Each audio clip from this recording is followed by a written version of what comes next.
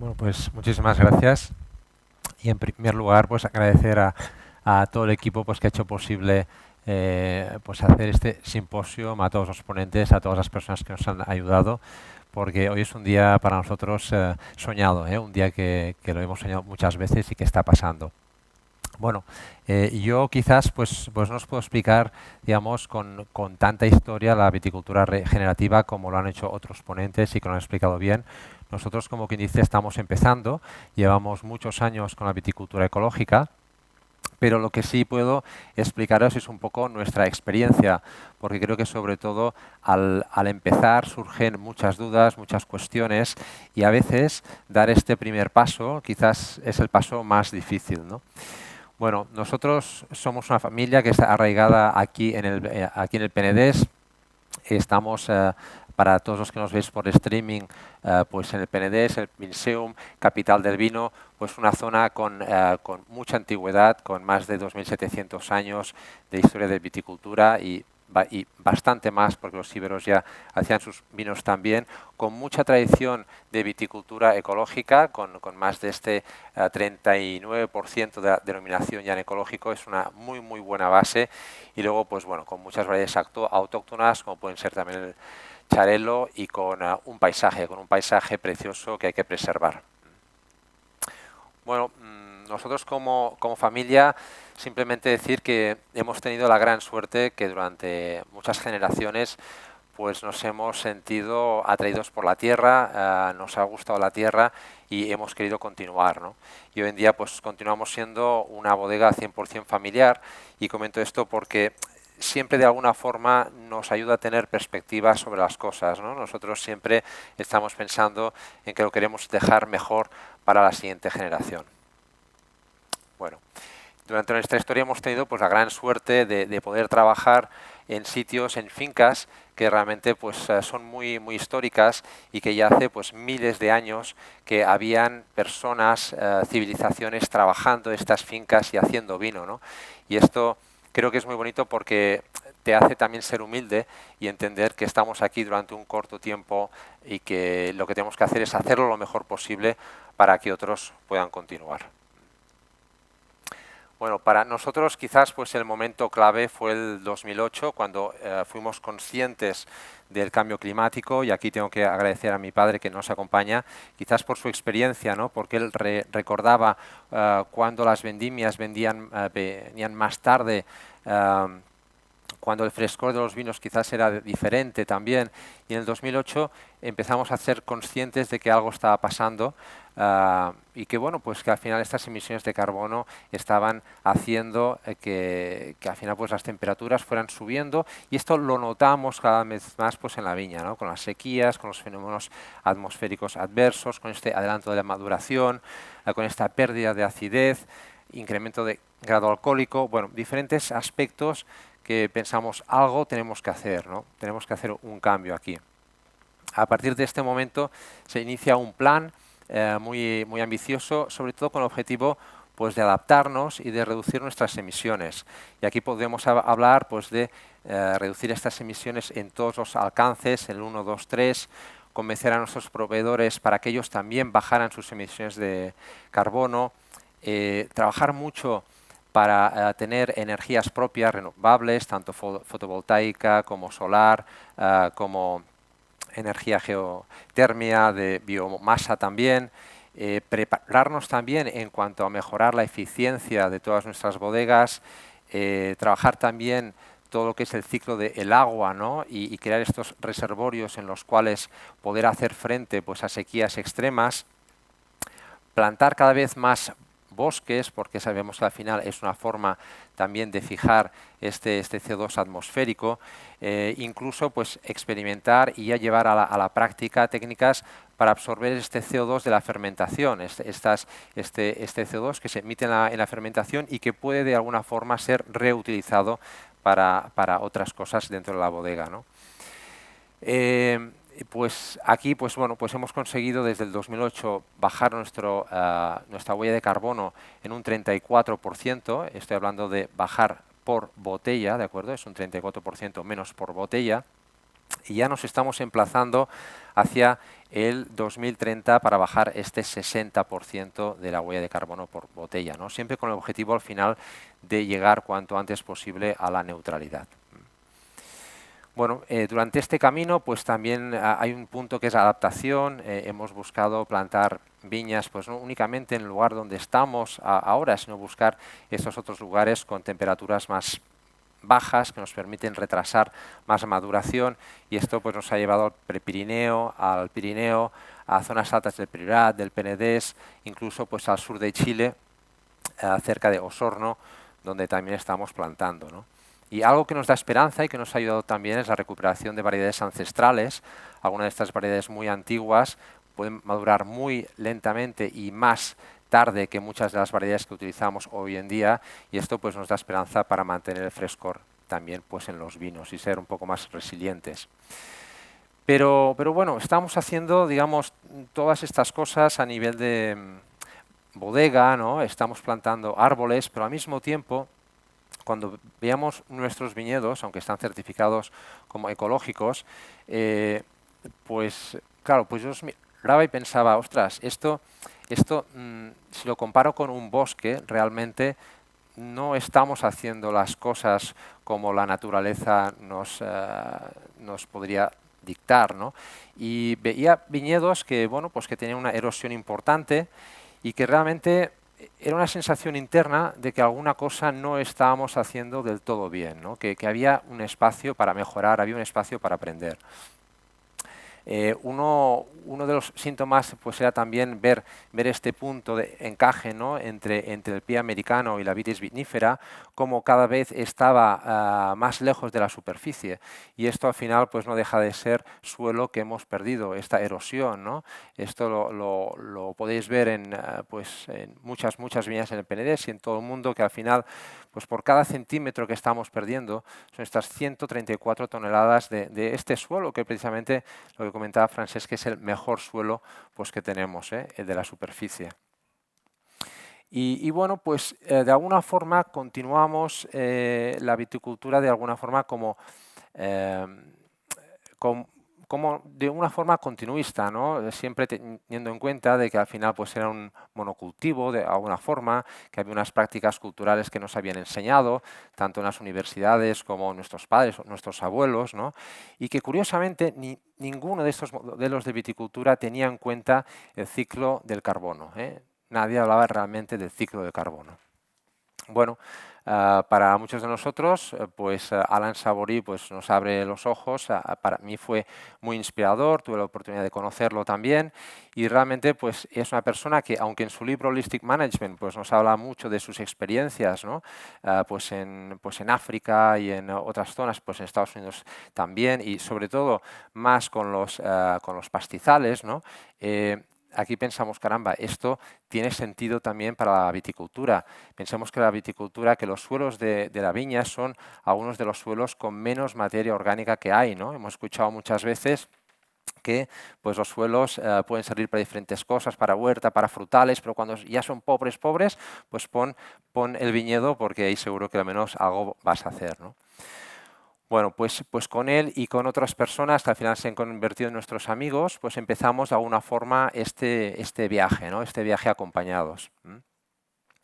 Al final, pues ya hemos explicado de alguna forma en las otras ponencias el ciclo del carbono, ¿no? Pero recordemos simplemente que de momento la única máquina que conocemos, ¿no? La única forma que conocemos de secuestrar este carbono atmosférico que hemos emitido con los combustibles fósiles, pues son las plantas, ¿no? Esas plantas que pueden volver a fijar el carbono en los suelos gracias al complejo arcillo-húmico, ¿no?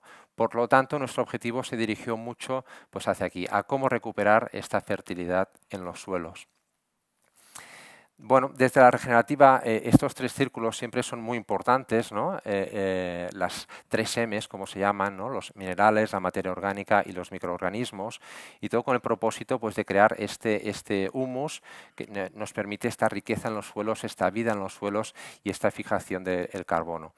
Pues en nuestro caso, dos aspectos muy importantes: siempre intentar que los suelos estuvieran 100% cubiertos durante la mayor parte del año y esto pues nos permite fijar este carbono y además pues incrementar esta materia orgánica que progresivamente pues se va acumulando en el suelo. Y luego, evidentemente, cuando estás iniciándote en la viticultura regenerativa hay que alimentar el suelo. Esto es como si tienes una persona que la has tenido sentada en un sillón durante muchísimo tiempo y de repente le pides pues que se ponga a correr, ¿no? No, tienes que ayudarla, tienes que ir poco a poco y una de estas ayudas es incrementando la materia orgánica, ¿no? Y esto pues lo hacemos tanto con el compost, con las direcciones a animales, con los biofertilizantes, diferentes técnicas para ir incrementando esta riqueza. Quizás uno de los puntos para mí más importantes y del cual habla mucho Alan también son las personas, ¿no? Yo, si os soy franco, tenía el convencimiento de que si yo imponía a nuestros equipos el hecho de que nos teníamos que meter en la viticultura regenerativa, estaba convencido de que no iba a funcionar, porque la viticultura regenerativa tiene que venir de alguna forma por autoconvencimiento, ¿no? Así que, siguiendo también de alguna forma estos consejos de Alan, decidimos crear pues este grupo de trabajo donde habían enólogos encargados de viña, personas que están dentro del I+D, dentro de nuestra empresa. Y aquí, bueno, pues durante un tiempo no hicimos nada más que simplemente leer, ver películas, comentar, hicimos nuestro propio chat, estamos hablando continuamente sobre estas nuevas técnicas holísticas o regenerativas. Incluso nos pusimos un nombre que se llamó Terra Viva. Y bueno, pues a partir de aquí pues empezamos pues ya a trabajar más, a planificar y el mismo grupo, bueno, fue como plantar una semilla que va creciendo y realmente cada vez el grupo pues daba más ideas y se creía más que esto realmente era posible. Bueno, pues como punto de partida nosotros tuvimos siempre que teníamos que entender nuestros suelos. Nuestros suelos en general son muy pobres. Aquí en el Penedès estamos hablando de suelos que apenas llegan a un 1% de materia orgánica. Entonces, bueno, pues se tenía que analizar estos suelos, ver la microbiología, los minerales, la estructura y a partir de aquí nos fijamos este objetivo de decir, esto no lo vamos a hacer únicamente como una pequeña prueba aquí, vamos a comprometernos, ¿no? Y decimos fijar este objetivo de 500 hectáreas en 5 años para iniciar ya fuerte el proyecto de regenerativa. Luego, evidentemente, esto tiene que ir acompañado de un plan a más tiempo, porque es cierto, hay que entender parcela por parcela, hay que entender las inversiones, hay que entender un calendario de trabajo y la regenerativa no se consigue en 1, 2 o 3 años, es un tiempo que se ha de dedicar. Bueno, nosotros sobre todo pensando en el aprendizaje empezamos con 2 fincas, una es más la plana que está en el Penedès, un terreno arcilloso calcáreo y otra totalmente diferente que es la que tenemos en Mas de la Rosa en el Priorato con un terreno metamórfico, bueno pues muy diferente y lo hicimos así para aprender sobre la regenerativa en diferentes situaciones. Las escogimos también porque son las 2 viñas de un alto valor añadido, o sea, realmente aquí nosotros no nos tenemos que preocupar tanto de los costes. Y después porque son viñas viejas, ¿no? Y una viña vieja pues, que ya tiene un perfil radicular más asentado y más profundo, pues se puede manejar mejor con estos cambios, sobre todo cuando introduces ya más la cubierta vegetal. Bueno, aunque estos cambios son lentos y tardan años, yo quiero decir que en poco tiempo notas cómo la naturaleza de alguna forma toma el control, ¿no? Y puedes ver pues estas viñas como de repente están mucho más verdes, donde surge esta cubierta espontánea, donde simplemente a simple vista puedes ver que hay más vida, ¿no? Y esto yo pienso que desde el primer día ya lo empiezas a notar, ¿no? Es como un mensaje para mí que nos está dando la naturaleza. Bueno, en cuanto a cubiertas vegetales pues se podría escribir y hay libros escritos sobre esto, ¿no? Nosotros, nuestra aproximación es que estamos intentando probar prácticamente todo, ¿no? Desde las leguminosas a las gramíneas, perennes con cubiertas espontáneas también, a veces hacemos combinaciones, pero lo que sí que es importante es que intentamos hacer un aprendizaje de cada una de estas pruebas, ¿no? De hecho, por ejemplo, tenemos 3 proyectos en curso. Uno con el CREAF, en el cual lo que estamos analizando es qué tipo de cubierta es capaz de fijar más carbono en los suelos, ¿de acuerdo? Otra con la Universidad de Lleida, en el cual estamos analizando qué cubiertas vegetales van mejor en función de los objetivos. A veces, evidentemente, necesitas fijar más nitrógeno, a veces quieres esponjar o estructurar más el suelo. Bueno, son objetivos diferentes. Y finalmente, pues con la Universidad de Vigo, la incidencia también de estas cubiertas en la biodiversidad, cómo afecta también en la propia vida microbiana, en la propia vida de los propios suelos. Bueno, al final, pues yo pienso que cualquiera que hace la regenerativa pues va a acabar haciendo estos mapas con sus diferentes parcelas, con sus diferentes objetivos de dónde va a plantar estas diferentes especies, y nosotros pues aparte de esto pues también estamos experimentando con estas coberturas vegetales para ver cuál de ellas también puede absorber más cobre de los suelos, ¿no? El cobre continúa siendo un problema dentro de la viticultura y estamos viendo si además pues nos pueden ayudar a extraer este cobre de los suelos. Bueno, antes hemos tenido una fotografía ya sobre el mulching. Al final lo que quiero decir es que aparte de ser viticultores nos hemos de convertir en expertos en cubiertas y las hemos de saber manejar correctamente, ¿no? En nuestro caso esto nos ayuda mucho a partir del mes de mayo o junio a preservar esta humedad, a tener estos suelos más frescos, a incrementar esta materia orgánica, a hacer que la erosión sea mucho más baja y al final pues a mejorar la biomasa de cada uno de nuestros viñedos. ¿Cómo utilizar los animales, ¿no? Nosotros, bueno, pues tenemos algunas ovejas ahí en Masaplana, pero tengo que decir que son totalmente insuficientes para lo que necesitamos, y sobre todo si utilizamos las técnicas de Alan Savory, en las cuales necesitas los animales durante un corto espacio de tiempo, pero muchos animales y en un lugar relativamente pequeño, ¿no? Para que vayan rotando por las diferentes parcelas. Y esto pues nos ha llevado pues a conocer a pastores, tanto de aquí del Penedès como de Vimbodí, con los cuales hemos y estamos trabajando para que nos ayuden, porque ellos tienen muchas más ovejas, ¿eh? Así que primer consejo también, encontrad un pastor, porque esto ayuda muchísimo, ¿eh?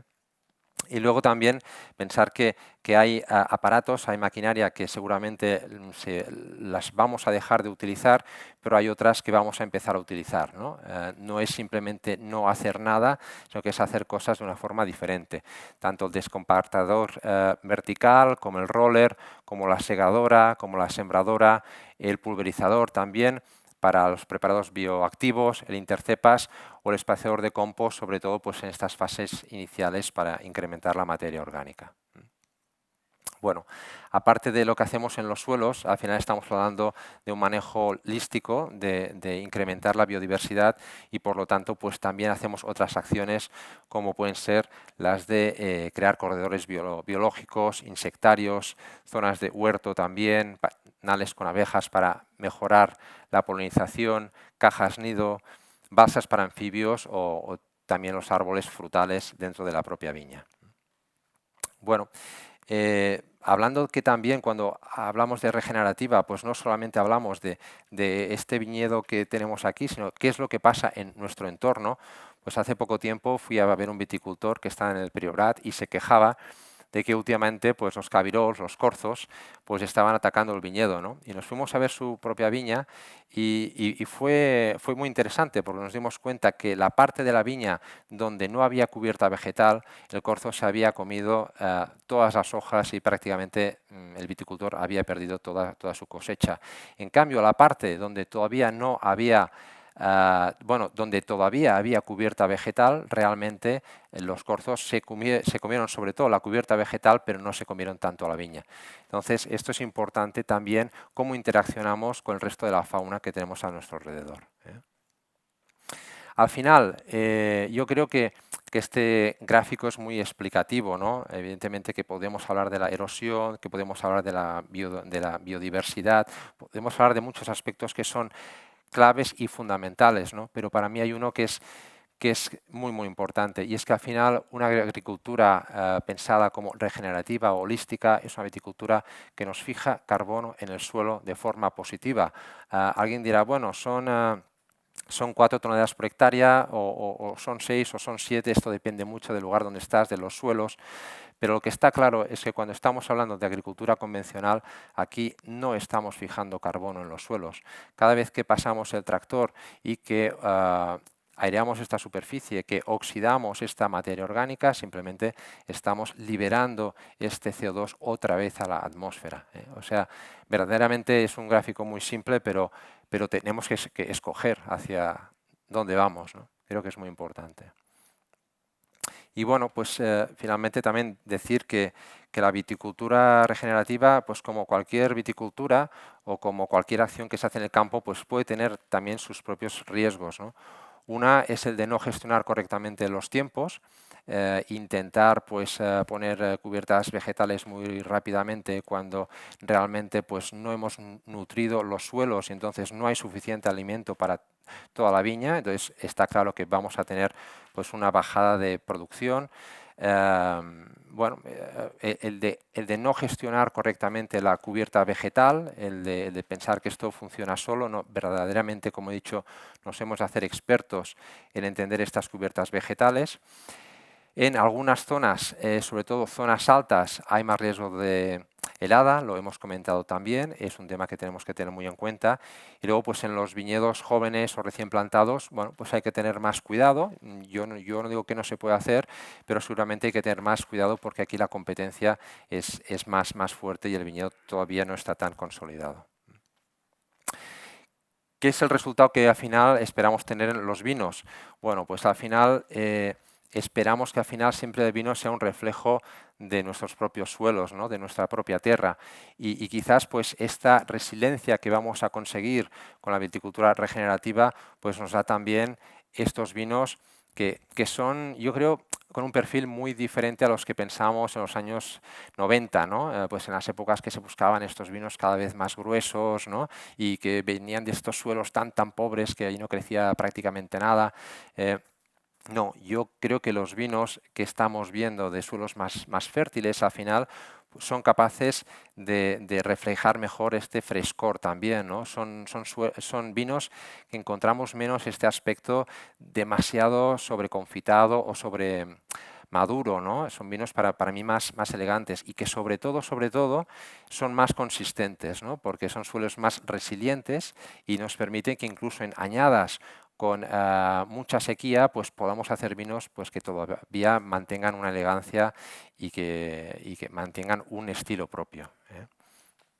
Bueno, 3 cositas para acabar. Para mí las conclusiones es que al final no hay un manual perfecto de la viticultura regenerativa. Creo que aunque hay unos pilares, sí que es cierto, al final pasa mucho por la experimentación, por la práctica y cada uno encontrará las formas cosas que funcionan y cosas que no le funcionan. Creo que al final es un compromiso que no está ausente también de dificultades, y que no se consiguen a corto plazo, pero que se pueden conseguir y hoy lo hemos comentado y se ha explicado bien. Y también, bueno, pues que es un modelo de viticultura que para mí pues es el único que realmente como aspecto principal tiene esta captación del carbono en los suelos, que es una de las grandes diferencias. Hoy en día hay cerca de 7.400.000 hectáreas de viñedo en el mundo. Y a mí me gustaría pues, que entre todos hiciéramos el ejercicio de soñar, ¿no? de qué es lo que pasaría si todas estas hectáreas llegaran a estar en viticultura regenerativa, ¿no? La cantidad de toneladas de carbono atmosférico que devolveríamos a tener otra vez en los suelos. Para nosotros, bueno, somos una empresa familiar y nuestro sueño es que podamos continuar durante más generaciones. Yo creo que para cualquier viticultor o para cualquier etnólogo que está relacionado con la viña siempre tiene en mente que esto es un tesoro que quiere proteger, que quiere preservar y por ello, pues al final preservar la fertilidad de nuestros suelos, pues es también preservar pues esta tierra, ¿no? Y la tierra en el sentido más amplio para todas nuestras generaciones. Así que muchas gracias.